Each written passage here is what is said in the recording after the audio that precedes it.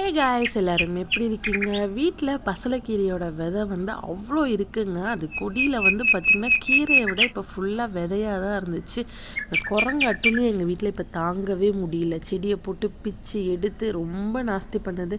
என்ன பண்ணுறதுனே தெரியல. சரி, விதை எல்லாத்தையும் நம்மளே கொஞ்சம் கலெக்ட் பண்ணுவோம், நமக்கு கொஞ்சம் வச்சுக்கிட்டு வேறு யாருக்காவது கொஞ்சம் கொடுத்துருவோன்னு சொல்லி நானே ஏணியை போட்டு மேலே ஏறி பிச்சுக்கிட்டு இருந்தேன். சின்ன பிள்ளையில இந்த காயை லிப்ஸ்டிக் காயின்னு சொல்லி நான்லாம் அவ்வளோ விளையாண்டுருக்கேன். இப்போ நம்ம வீட்டிலே இருக்கிறதுங்கிறது நமக்கு ஹாப்பி தாங்க.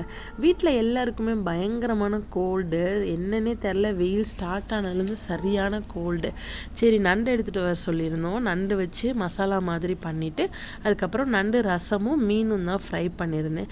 துளிருக்குமே சரியான கோல்டுங்க. சரி, அவருக்கு தெரியாமல் நான் ரசத்தை ஊற்றி மீனை வச்சு ஊட்டிடுவோன்னு சொல்லி அதுக்காக தான் இது பண்ணிகிட்டு இருந்தேன். அன்றைக்கி இந்த லன்ச் மெனோட எங்கள் டே இப்படி தான் போச்சு. பாய்.